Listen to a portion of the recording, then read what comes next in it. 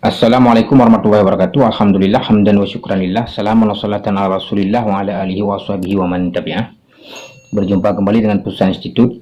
Kali ini kita masih akan membahas tentang milenial. Ini adalah sesi diskusi via Zoom yang berlangsung beberapa waktu lalu. Kali ini kita akan mendengarkan penjelasan dari Bapak Jamhari, Profesor Jamhari, tentang perkembangan generasi milenial dan juga tantangan yang dihadapi oleh generasi milenial ke depan. Saya kira cukup sebagai pengantar singkat. Kita dengarkan saja penjelasan Pak Profesor Jamhari. Saudara moderator, Bismillahirrahmanirrahim. Assalamualaikum warahmatullahi wabarakatuh. Waalaikumsalam. Pertama, saya ingin mengucapkan terima kasih kepada Saudara Miswari yang sudah mengundang saya untuk berdiskusi pada pagi siang hari ini. Karena di sini saya bertemu sama teman-teman saya lama dan guru-guru saya. Ini ada Profesor Yusni Sabi, guru juga teman udah lama sekali sejak beliau sekolah di Amerika sebagai direktur. Dan kita juga sempat membuat program bagaimana membantu Yayan Arani pada waktu itu dan juga survive pada waktu habis bencana gempa. Dan juga ini ada teman saya lama sekali, Mas Dodi Estruna dari Bandung yang ikut. Makasih Mas Dodi sudah ikut bergabung, dan saya kira kawan-kawan muda dari Aceh yang luar biasa ini. Saya terus terang saja kalau bicara Aceh selalu kangen ini. Pertama kangen kopinya, kedua kangen durennya, ketiga kangen kambingnya, kangen ayamnya semua. Dan selalu ya, makasih Mas Dodi. Lanjut.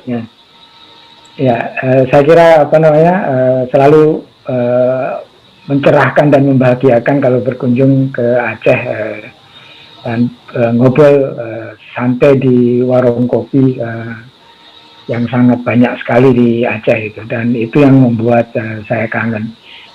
Ada satu cerita dari tapi entah, takut waktunya habis. Yang kedua, saya sebenarnya pengen menyampaikan beberapa hal. Tadi betul Saudara Miswari cerita bahwa saya melakukan banyak penelitian lewat Pusat Pengkajian Islam dan Masyarakat (PPIM). Kebetulan ada beberapa program besar, satu namanya Konfe Indonesia, bekerja sama dengan UNDP, dan juga yang kedua adalah Merit, Media and Religious Trend in Indonesia. Jadi kita melihat bagaimana tren-tren keagamaan di media sosial, media TV, media radio, dan seterusnya, kita potret semua. Nah, saya ingin membagi pengalaman itu, survei tahun 2017 dan juga survei tentang keberagaman di dunia maya yang baru kita selesaikan tahun 2020 kemarin. Panitia mohon izin share screen supaya saya bisa sampaikan beberapa cuplikan PowerPoint yang bisa untuk kita diskusikan. Bisa Prof, ya silakan Prof, co-host Prof, ya.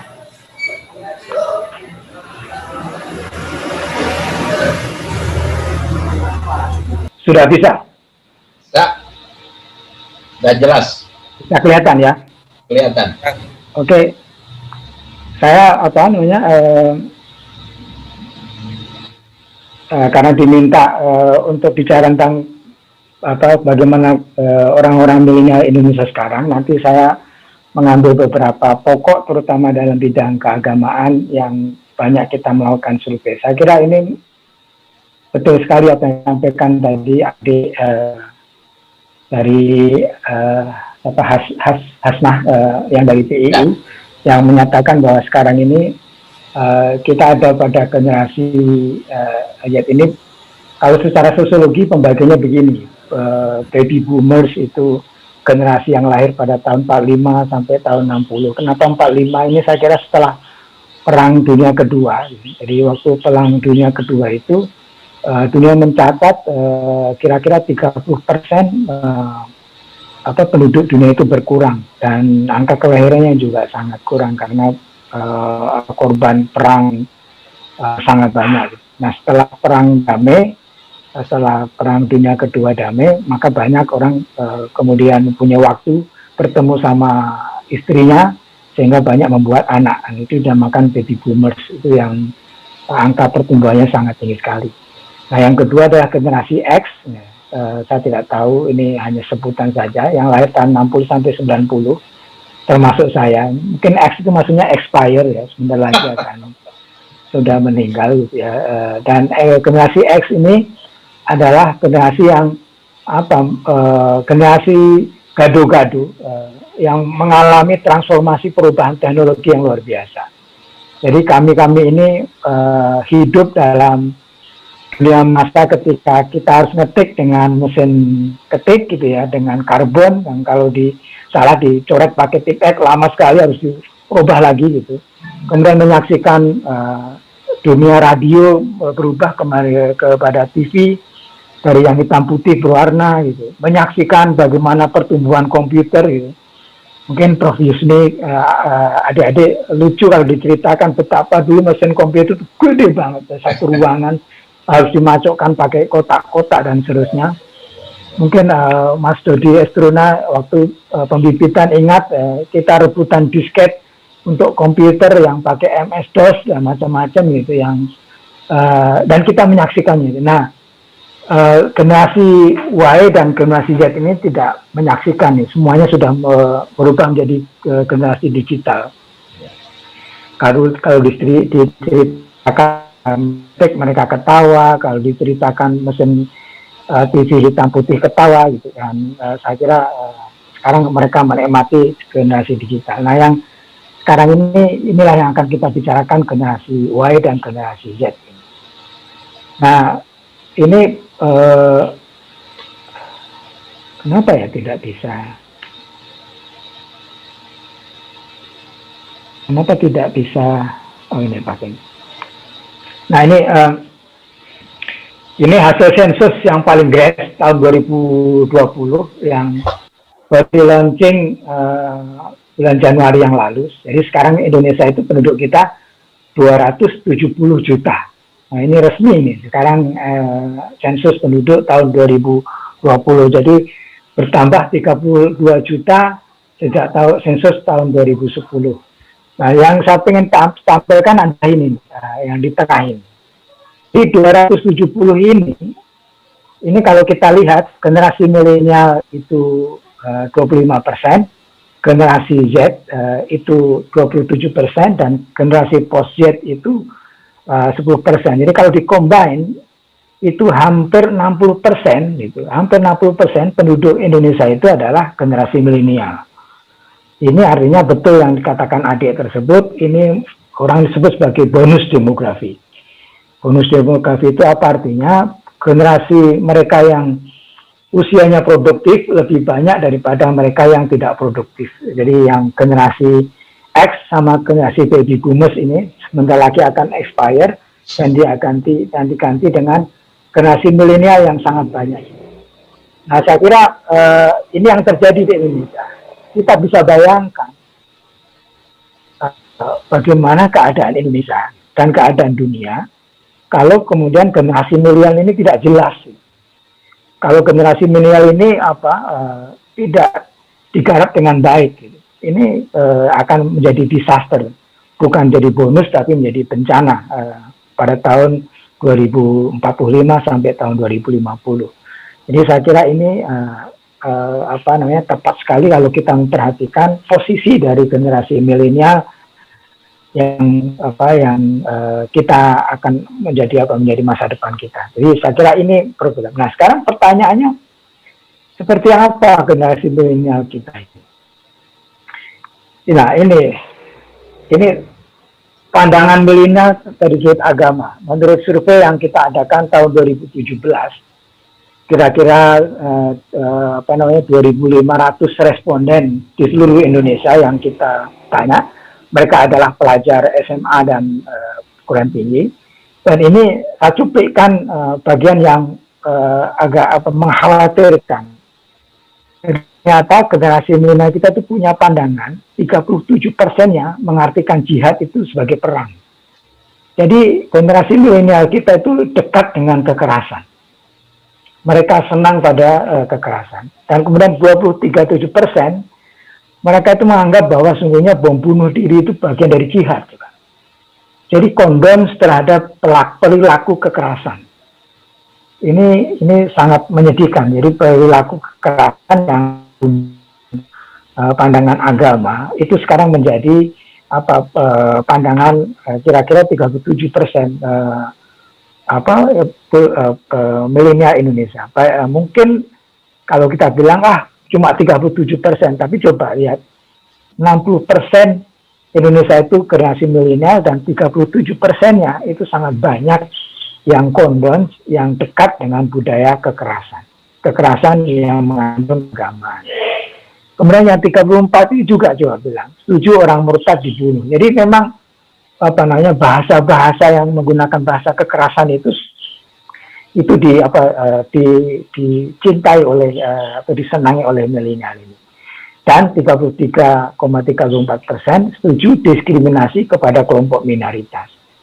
Jadi mereka menyetujui kalau pemerintah atau pemerintahan daerah mendiskriminasi minoritas. Nah ini bayangkan coba kalau generasi milenial kita ini mempunyai pandangan keagamaan yang kayak begini, kira-kira 30 atau 40 tahun ke depan ketika mereka menjadi pimpinan akan seperti apa bangsa kita ini. Ini yang menjadi kekhawatiran kita. Dan terus terang kami khawatir sekali dengan keadaan yang terjadi di generasi milenial. Ini berarti kita punya PR yang banyak, punya PR yang serius itu yang harus kita selesaikan bersama. Bagaimana kita bisa merubah pandangan generasi milenial ini.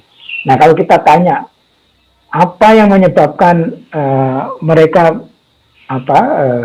bisa mempunyai pandangan agama yang mengkondon atau yang merestui kekerasan. Salah satu survei yang kita temui adalah karena akses internet.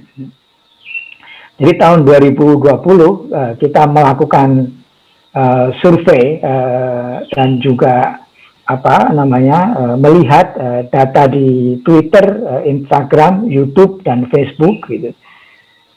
Dari awal tahun 2020 sampai pertengahan tahun 2020 dan Twitternya kita ambil sejak tahun 2005, jadi panjang banget. Dan kira-kira kita menganalisa sekitar 30 juta Twitter di Indonesia. Kita menggunakan big data dan kita juga menemukan tren yang mengkhawatirkan bahwa kelompok milenial kita ini cenderung berpaham kepada ekstremis itu. Jadi pandangan-pandangan tadi yang berbau kekerasan itu disukai oleh generasi milenial. Nah ini ya coba kita lihat ini di Indonesia saja Januari 2020 ini mungkin sekarang sudah bertambah gitu. Jadi yang menggunakan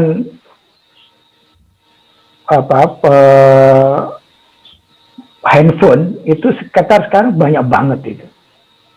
Dan yang menggunakan internet user itu 175 juta gitu. Dan kemudian yang menggunakan aktif sosial media itu 160 juta. Jadi sekarang ini kira-kira dunia internet ini sudah menjadi komunitas sendiri, bahwa sekarang orang tidak bisa menafikan apa yang terjadi di dunia internet. Jadi betapa sosial media dan internet itu sangat penting.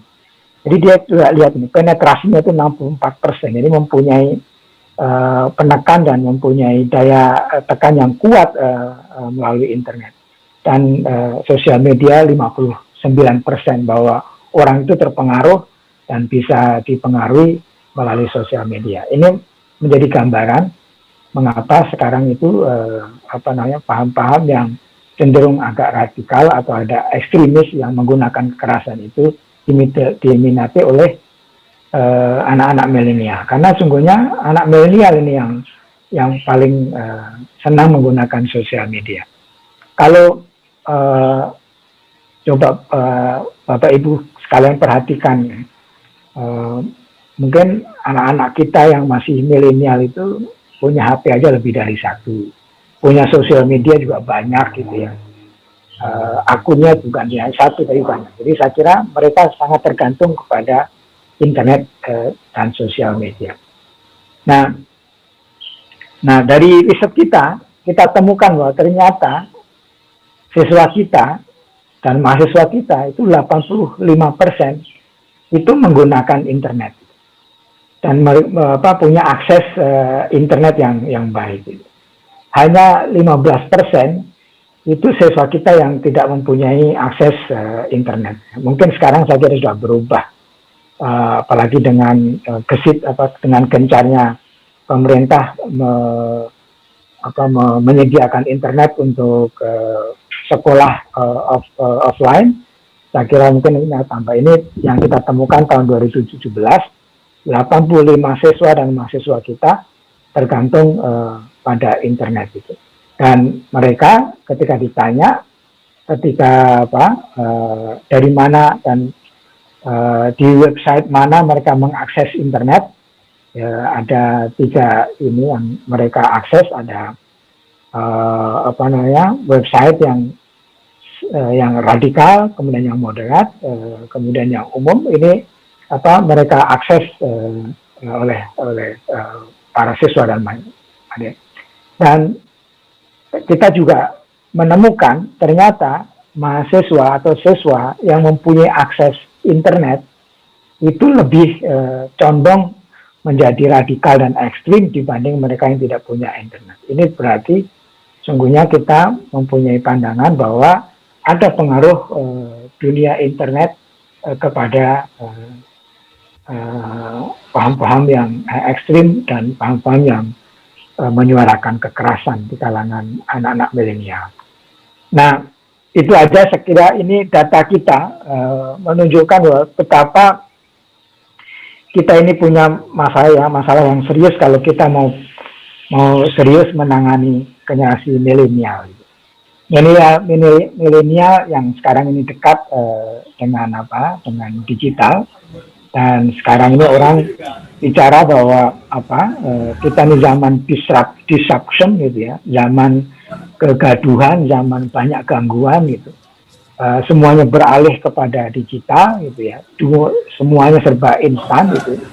Mereka menganggap beragama itu juga seperti ketika mereka mengakses makanan atau mengakses informasi yang lain, jadi serba instan gitu. Serba instan. Jadi sekarang dengan dunia digital, dengan kemampuan dunia digital seperti GoFood, Grab dan macam-macam. Kalau kita lapar tengah malam, kita tinggal panggil GoFood dan kemudian kita tersedia restoran mana yang buka dan yang enak dan macam-macam. Nah, mereka generasi milenial ini ketika mau tahu tentang agama itu juga lewat digital, instan. Tentang haram halal mereka tanya langsung lewat digital.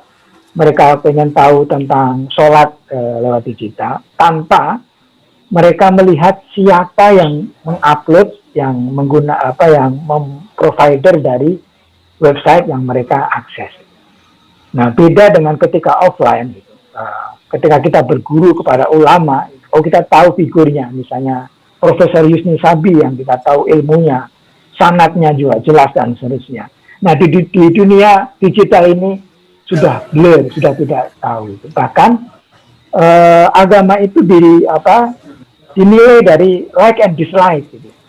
Jadi bayangkan coba, misalnya seorang mufasir yang sangat fasih, yang sangat terkenal seperti Pak Quraisy Shihab, itu yang subscribe, yang like itu hanya berapa ratus ribu dibandingkan dengan ustadz yang baru kemarin tobat ya, karena narkoba dan seterusnya, dan tiba-tiba mempunyai follower yang jutaan, dan itulah jutaan itu yang dipilih oleh milenial. Nah, ini bahayanya digital itu yang orang sebut sebagai echo chambers atau dengungan ruang. Jadi misalnya gini, kalau kita kalau saya suka sepeda, jadi kalau saya menggoogle sepeda, gitu ya, itu nanti echo chambers saya ketika saya membuka Google maupun membuka YouTube, itu sepedanya banyak banget. Karena apa? Karena echo chambers, faktor algoritma yang dibuat sehingga apa? Sehingga channel maupun informasi yang saya akses adalah yang terkait dengan sepeda. Nah, generasi milenial yang tidak sadar mengakses website yang tidak bisa dipertanggungjawabkan, itu nanti akan echo chambers kepada apa? Kepada yang sekelompoknya. Nah, tiba-tiba dia masuk ke dalam jurang ruang yang entah berantah. Dan itu banyak sekali yang dialami anak muda kita. Ada satu peristiwa ini, contoh yang paling bahaya itu misalnya sekarang di Amerika Serikat itu yang sekarang yang terkenal dengan konspirasi teori. Yang salah satu websitenya namanya QAnon. Nah, itu kalau Anda Google nanti terkenal sekali. QAnon ini pendukungnya Presiden Trump dan sengaja membuat berita-berita fake news untuk menyerang Demokrat itu. Dan itu kemudian menjadi viral, menjadi diakses oleh banyak orang yang terutama adalah pemilihnya Donald Trump.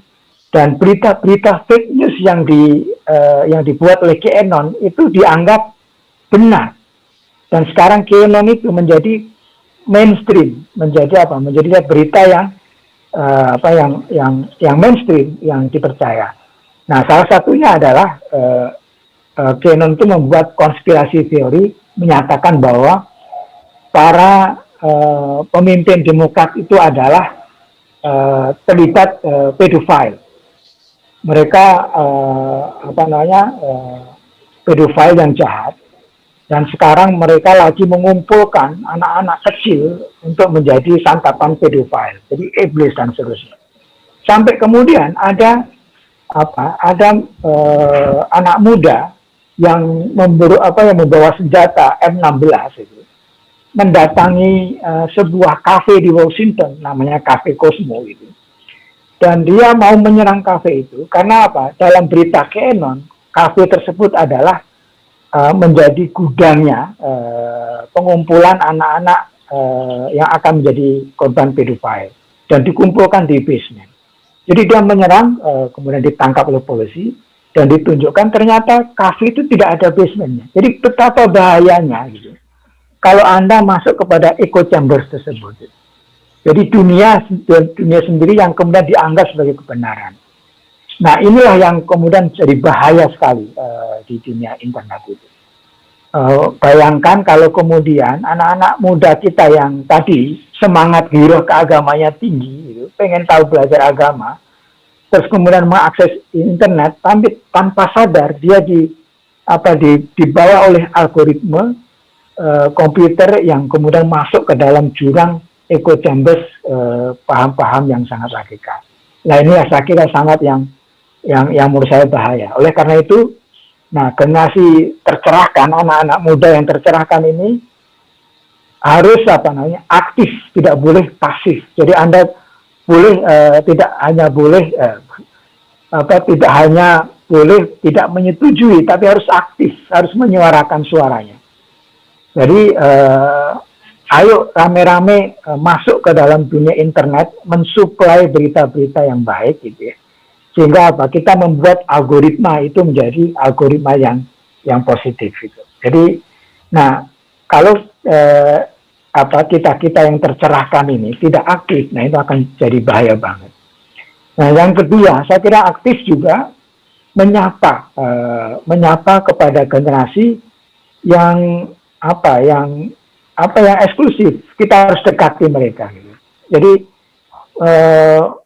ajak mereka untuk bersilaturahmi bahasa Islamnya. Tapi kalau bahasa anak mudanya gaul, eksplor dengan perbedaan-perbedaan dan perjumpaan-perjumpaan yang baik. Jadi jangan jenuh dan jangan Jangan bosan-bosan anak-anak muda ini untuk diskusi kepada teman-teman yang berbeda. Jangan hanya kita ciptakan ruang sendiri saja, tapi masuk ke dalam lingkungan yang berbeda. Ajak mereka berdialog. Gitu. Mungkin merubah pikiran orang susah, tapi yang penting adalah bahwa mereka mau mentolerir perbedaan pandangan. Itu menurut saya sudah cukup sukses kalau kita bisa mengarahkan mereka untuk ternyata ada dunia yang berbeda dan kemudian harus toleran, tidak harus menggunakan kekerasan dan sebagainya. Nah, yang terakhir saya kira di mana-mana bahwa generasi milenial itu adalah harapan untuk kita semua ke depannya. Oleh karena itu membekali dengan pengetahuan yang baik itu saya kira penting. Nah, berkaitan dengan ini saya lihat anak-anak muda semua, kalau mau melanjutkan, nanti boleh gabung dengan UII, Universitas Islam Internasional Indonesia. Gitu. Ini hanya untuk master dan PhD, gitu. Dan ada beasiswa, dan kuliahnya dalam bahasa Inggris. Ada beberapa dosen dari luar negeri yang akan kita datangkan. Ini gunanya adalah saatnya Indonesia bangga dengan keislamannya. Kita ingin mempromosikan Islam Indonesia ke dunia. Mengapa kita selalu sekolah ke Al-Azhar, mengapa kita sekolah ke Mesir, bahkan gitu ya, mengapa kita juga sekolah ke negara-negara yang tidak jauh lebih baik dengan kita. Misalnya, ini mohon maaf, saya tidak ingin menyinggung lulusan Sudan. Ini kalau kita lihat sosial ekonominya Sudan, kan kita jauh lebih banyak, lebih bagus itu ya. Dan Sudan itu mau ngasih beasiswa kita, masuk kita tidak bisa mengasih kita. Misalnya, mohon maaf ini, teman-teman yang lulusan Yaman itu, bukan berarti merendahkan, tapi keadaan Yaman itu tidak jauh lebih baik dengan keadaan Indonesia. Jadi sudah saatnya we have to be proud with Indonesia. Dan saya kira itu yang harus kita banggakan. Dan sekali lagi itu pesannya. Kita harus aktif untuk membekali diri dengan ilmu yang baik, dan kita harus berjuang untuk mengajak saudara-saudara milenial kita menjadi generasi milenial yang sadar. Dan lagi-lagi sosial media, dunia digital tidak boleh kita abaikan karena kita takut mereka akan masuk ke dalam jurang echo chambers.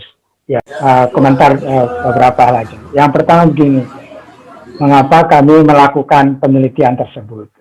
Jadi ada beberapa alasan. Yang pertama adalah kita ingin menindaklanjuti survei serupa tentang keberagamaan milenial yang ada di dunia lain.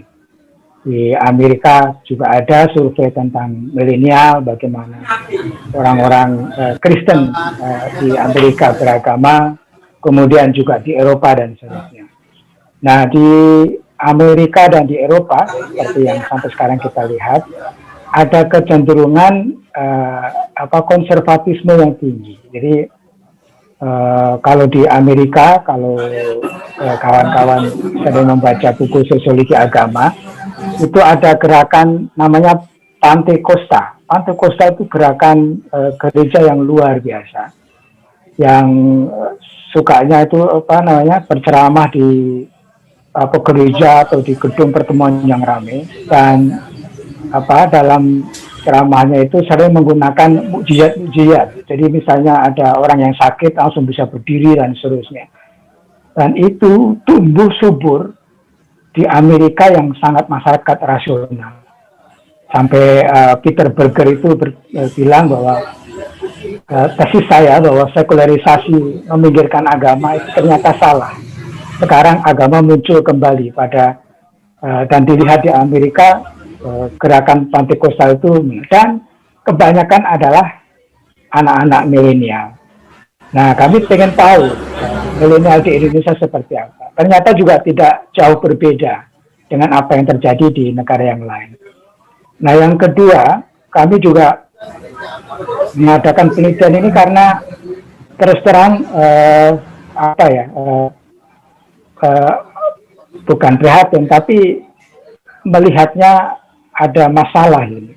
Ada paradoks, keadaan paradoks di milenial. Milenial ini pikirannya maju, kreatif, punya alat digital yang luar biasa, sekolahnya pinter-pinter, bahkan ada anak muda yang bisa menjadi menteri, jadi presiden, macam-macam. Jadi banyak sekali yang luar biasa.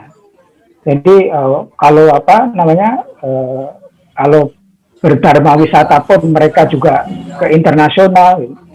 Kalau mencoba makanan pun coba tanya anak-anak kita, pasti kenal sushi, pasti kenal makanan Korea dan seterusnya. Saya kira Pak Yusni nggak bisa makan sushi. Nah, apa namanya, luar biasa, pergaulannya terbuka, pergaulannya luar biasa. Tapi mengapa dalam keberagamaan mereka itu konservatif? Itu yang kemudian menjadi puzzle kami. Lalu kenapa kami kemudian melakukan penelitian tersebut?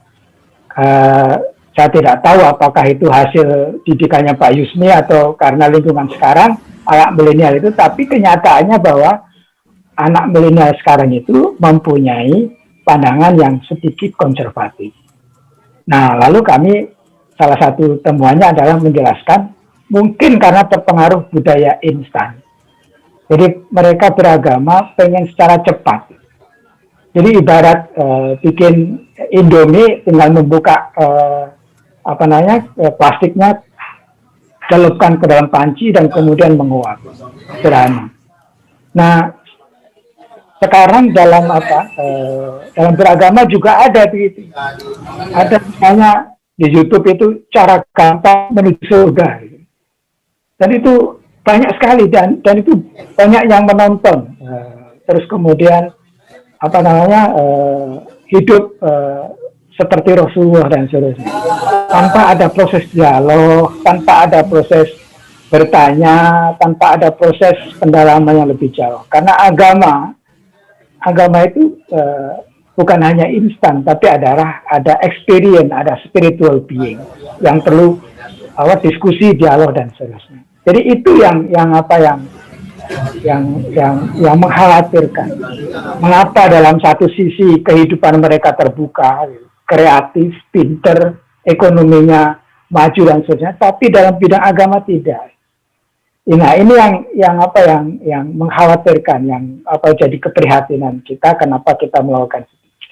Lalu ditanya bagaimana kemudian kita mendidik anak milenial. Saya kira penelitian ini bagian dari merumuskan itu. Kira-kira apa yang perlu kita adaptasi lah. Mau tidak mau sebagai orang tua harus mengikuti apa yang terjadi di zamannya. Jadi salah satunya kenapa misalnya tadi di awal saya sampaikan bahwa dunia digital ini dunianya anak muda. Jadi kalau orang sosiolog mengatakan bahwa anak-anak muda ini adalah native digital, orang aboriginnya digital. Jadi mereka begitu cepat, begitu lahir, itu sudah kenal digital. Sementara kita ini imigran digital. Jadi kita ini imigran yang terpaksa ikut dunia digital dan seterusnya.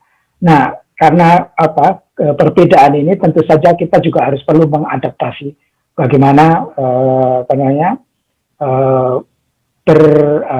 mendidik anak kita yang tadi itu dalam satu segi sangat terbuka, sangat open, tapi dalam segi yang lain sangat tertutup. Nah, ini memang PR kita bersama.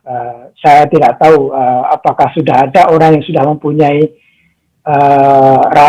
ramuan yang bagus untuk menyelesaikan masalah ini. Tapi saya percaya sama puisinya Khalil Gibran bahwa anakmu, your children is not your children, but the children of their life. Jadi bahwa sungguhnya anak kita ini bukan adalah anak kita, tapi anak dari kehidupan. Mereka mempunyai challenge sendiri, mereka mempunyai prospek sendiri.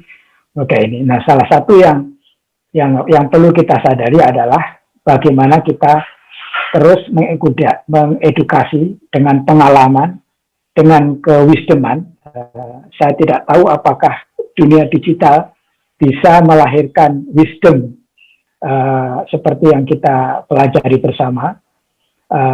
karena menurut saya wisdom, sopan santun itu harus ditransfer dengan experience. Jadi saya kira itu yang perlu kita lakukan bersama. Mendidik anak muda harus disesuaikan dengan apa yang dibutuhkan dengan anak muda. Nah, saya ingin komentar ini, sungguhnya pertanyaan atau pernyataan tadi tentang Turki Utsmani itu out of context, tapi menurut saya perlu diberi penjelasan. Sekarang memang ada timbul pertanyaan di dunia Muslim, mengapa sekarang itu negara-negara atau banyak anak muda kita itu romantisasi dengan kebesaran Turki Utsmani. Apakah betul Turki Utsmani itu seperti apa yang kita bayangkan seperti itu? Nah, sekali lagi, sejarah tentu punya kelebihan dan kekurangannya. Sekarang juga kalau mau secara jujur, tanpa Turki Utsmani, orang Islam sudah bisa masuk Amerika. Sekarang lebih dari 7 juta orang masuk ke Amerika dan menjadi agama terbesar kedua setelah Protestan.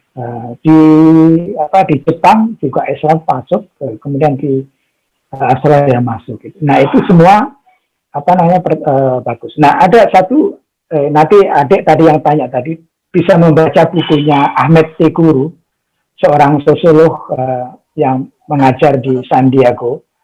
Itu orang Turki yang dia mengelaborasi pertanyaan Muhammad Askal yang lama itu, limada ta'khorul muslimun wa taqaddama ghairuh, itu. Tapi dengan bahasan yang kekinian. Dia bilang ada 3 hipotesa mengapa orang Islam itu tertinggal. Satu, karena ajaran Islam sendiri, dan dia buktikan, dia bantah bahwa sungguhnya banyak ajaran Islam dan Islam punya sejarah yang membuktikan bahwa Islam itu punya ayat-ayat yang mendukung kemajuan dan seterusnya. Kemudian yang kedua, ada hipotesa bahwa orang miskin, orang negara-negara Islam itu miskin karena kolonialisme, postkolonialisme. Tapi dia buktikan juga tidak seluruhnya benar, karena ternyata bahwa banyak negara-negara Islam itu jatuh sebelum kolonial ada dan seterusnya.